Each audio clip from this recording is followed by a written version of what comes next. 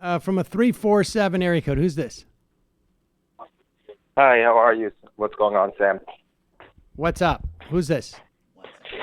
It's Ben from Far Rockaway. I don't know if you remember the Orthodox Jew got called a cuck. Oh, yes. Ben from Far Rockaway. How are you? Are you an Orthodox cuck? I'm doing all right. Can't complain too much. I actually wanted to kind of talk to you about what I hope will be a transition from the current healthcare system to something like Medicare for All. I actually work in the healthcare finance field, specifically relating to nursing homes, and I know how complicated the system is currently. Yeah. One thing I'm kind of curious to talk about is the transition from the system. There are actually a lot of jobs that are specifically and intrinsically tied to the current healthcare system. Right. Do you know of, or are there any, studies or conversations that have been had at the political and, political talk show level about how that transition would actually take place in a way where people won't lose, jobs or have to take massive pay cuts to get another job in the healthcare field that will be taking over? I've seen studies that basically put the numbers all over the place. And I haven't, to be honest with you, I have not read any pieces in exactly how it would go down. But broadly speaking, my sense is that on the sort of the claims level, on some level, right? A lot of people are going to find work in an expanded Medicare system. It's not inconceivable to me that one of the ways that you could go to a single payer system is to have a single payer and still have the sort of the apparatus that the insurance companies use, but they would end up being, sort of like assumed into, a larger system. So they may still, it's conceivable, you could still have private entities, but they would be more equivalent to, I guess, mortgage servicers, right, than mortgage originator, or I should say, mortgage servicers as opposed to originators, except for they wouldn't be getting the fees. They wouldn't be for profit, or to the extent that they would, they'd be contracted to work in the Medicare system. But I would imagine a lot of those people are going to end up working in the Medicare system, and I would imagine there's going to be a greater than zero job loss, but there are programs I think that would be contemplated to help people make a transition out of that.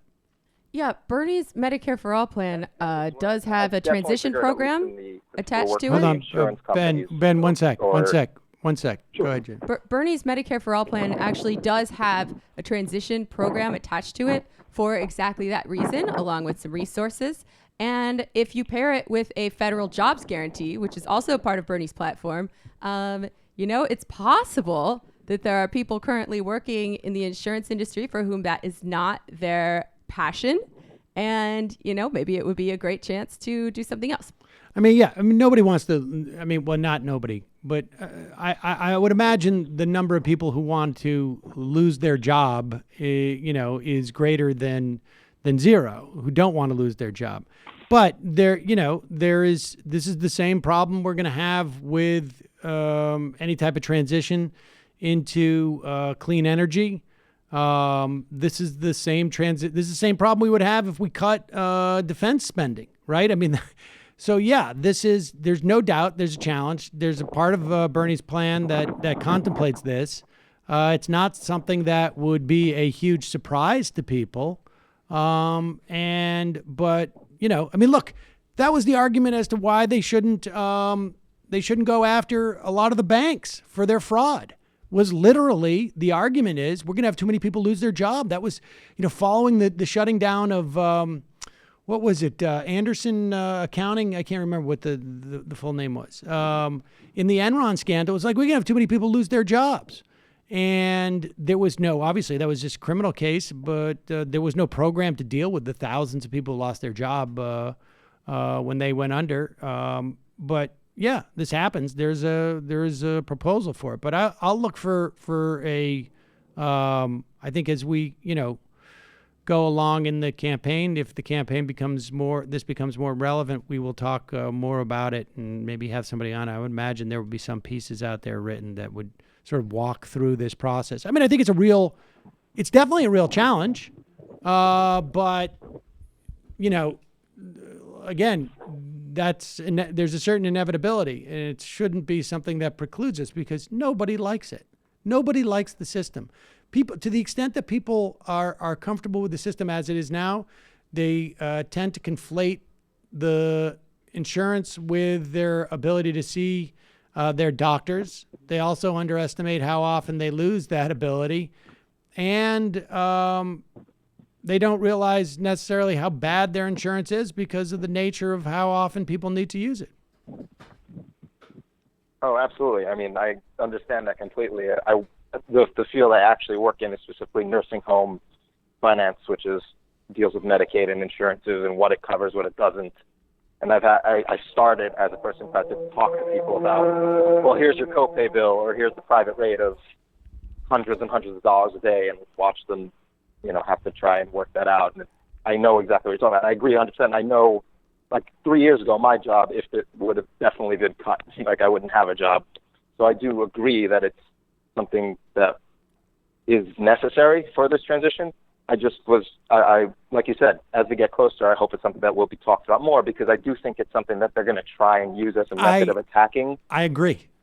And I agree. And I think that, I would be surprised if we don't see more written about that as this becomes an issue on the campaign. I mean, but I appreciate the call. Thanks, Ben. All right. Thank you so much for having me. This is something I think we mentioned the other day that we were contemplating in the summer of 2016, which is that one of the problems with having Donald Trump win is where the desire, and Weigel said it, like, if Hillary had won, I'd be at brunch right now, type of thing. There has been, at least in my lifetime, over and over again, this sort of same thing plays out. I remember when Bill Clinton got elected. I think it was there to a certain extent with Obama, but less so because of the 2008 financial crisis. But there is this compulsion with Democrats, broadly the left, to elect people, have them be competent, and so that I can walk away and do other things. It is almost endemic to the personality type of, broadly speaking, I'm painting with a broad brush here, left and right, because, to be on the left, to be liberal, and I think the vast majority of people on the left are liberal still in this country.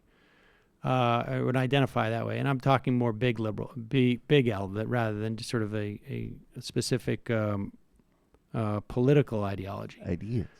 But they are interested in things like music and art and stuff that they don't know, and what is foreign. They're more open to it. That is just the nature. The conservative movement in this country is completely built on this idea of anything that's outside of you have ignorance of, is necessarily a danger in some fashion.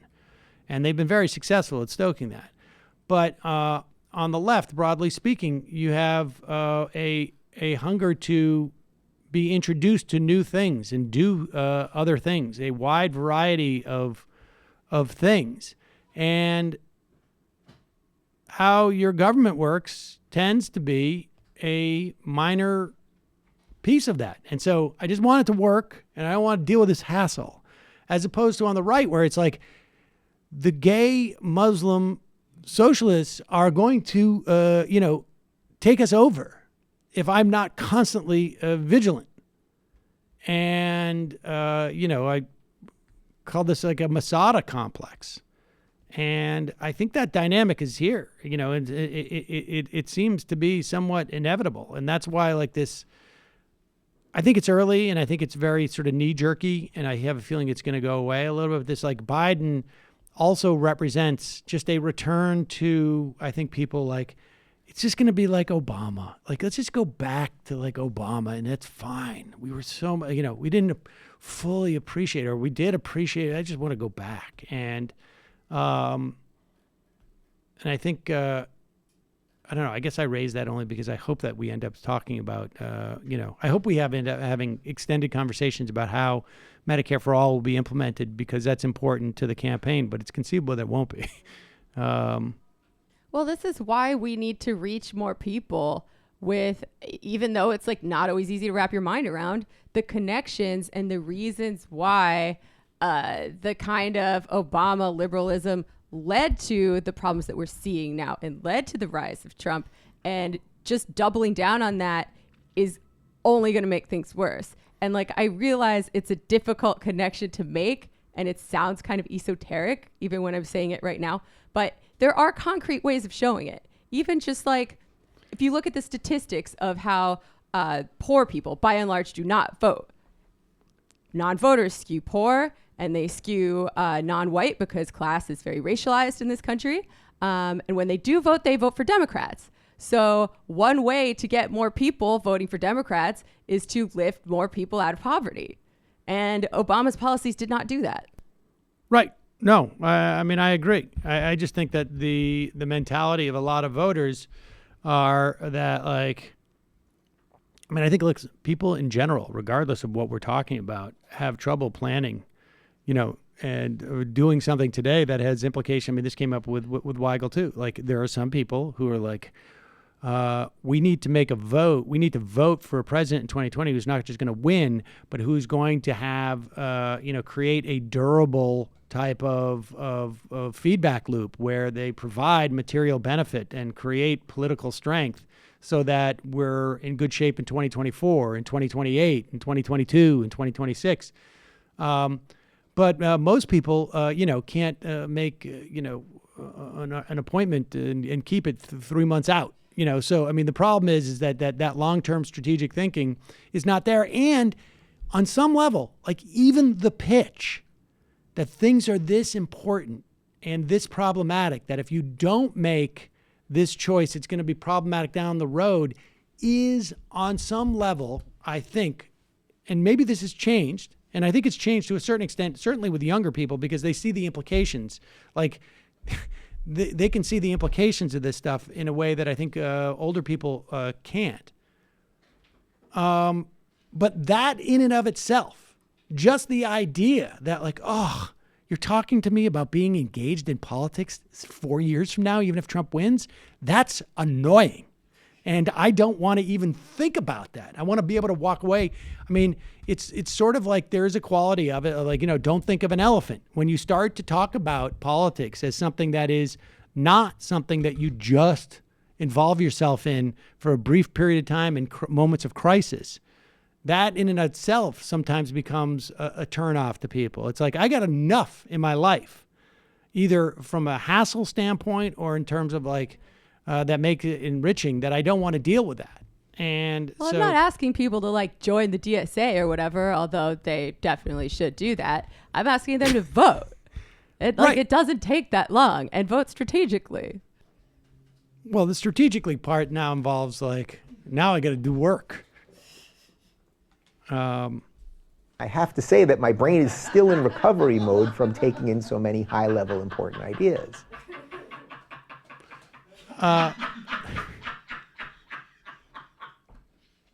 Here is Khanna actually talking about the transition for health insurance workers, and makes a case for Medicare for All that, I mean, there was evidence that we saw this even in the context of the Affordable Care Act, which only affected 10 million Americans in terms of private insurance.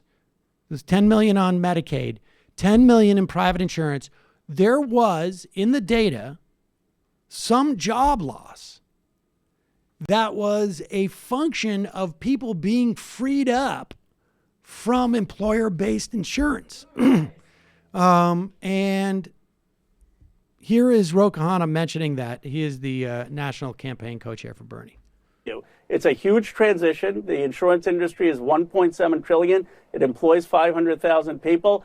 Bernie Sanders' plan allows still for supplemental private insurance, if you read the details of the plan, and we have to figure out how we make this transition. But I think you raise a good point, though, and I respect you for bringing it up yourself, which is it has become one of the top 2 or 3, if not the, depending on which metric you want to look at, main employers in the country. So when you say, hey, this is going to mean that government will absorb more of this, there'll be less private sector, you could wind up costing people jobs.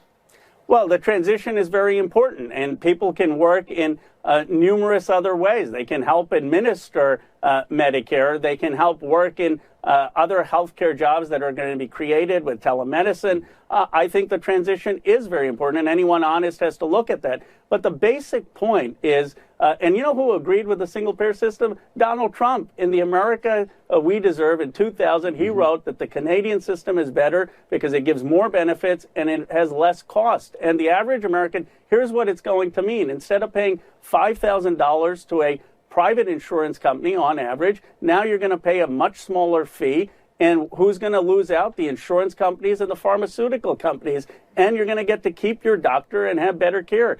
I believe many entrepreneurs, Warren Buffett has talked about Medicare for All. It's the single biggest cause for wage stagnation. Vice President Biden is absolutely right.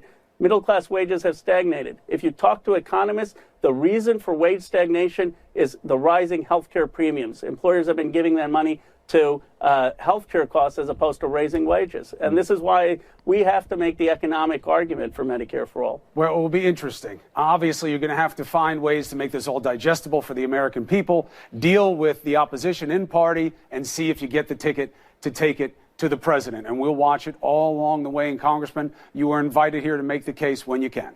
Well, Chris, I really appreciate the opportunity. And I'll tell Senator Sanders he should come on, too.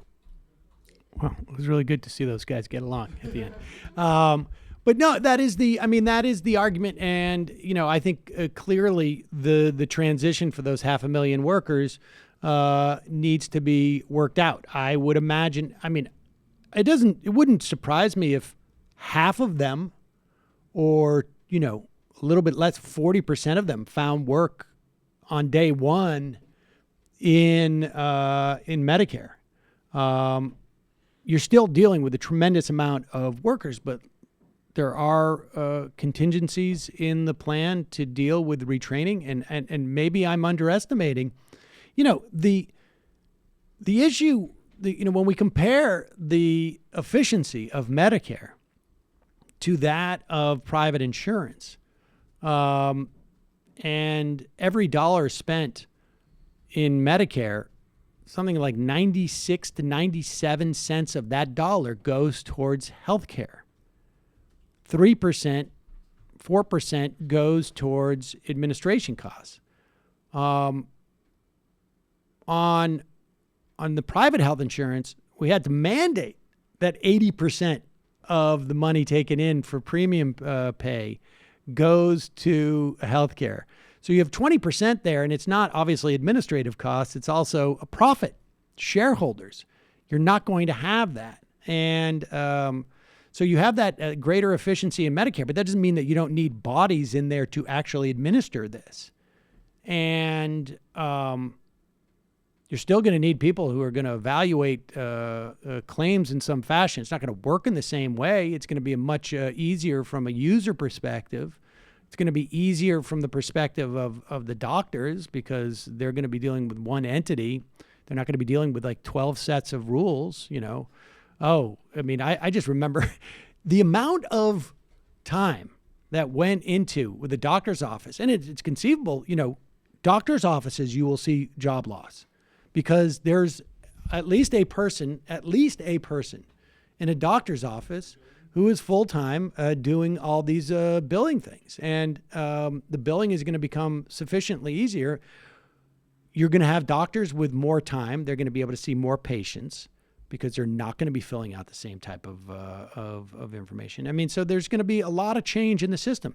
Some of it is going to be a challenge, and other of it's going to be just, I think people would be shocked at how much simpler and easier things are. And I think doctors are going to appreciate their work a lot more. And I think if we take the people that are in charge of going up to a family saying, hey, we'll save your kid if you can pay the $700 bill, I think might appreciate moving on to a different line of work. Than that. Yeah, like has anyone actually asked the healthcare workers themselves, all these people who are like concern trolling about the job loss? I'm going to guess no.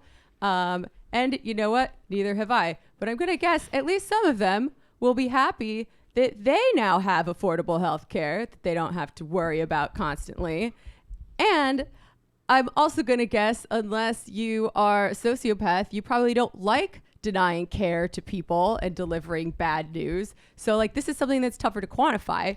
But going back to like David Graeber's bullshit jobs, I think most people want their jobs to be contributing something to society and to the world. And I know that I would much rather have a job just like helping people get the care that they need and that they can now afford than, you know, adjusting claims and denying people care for whatever reason. Turning to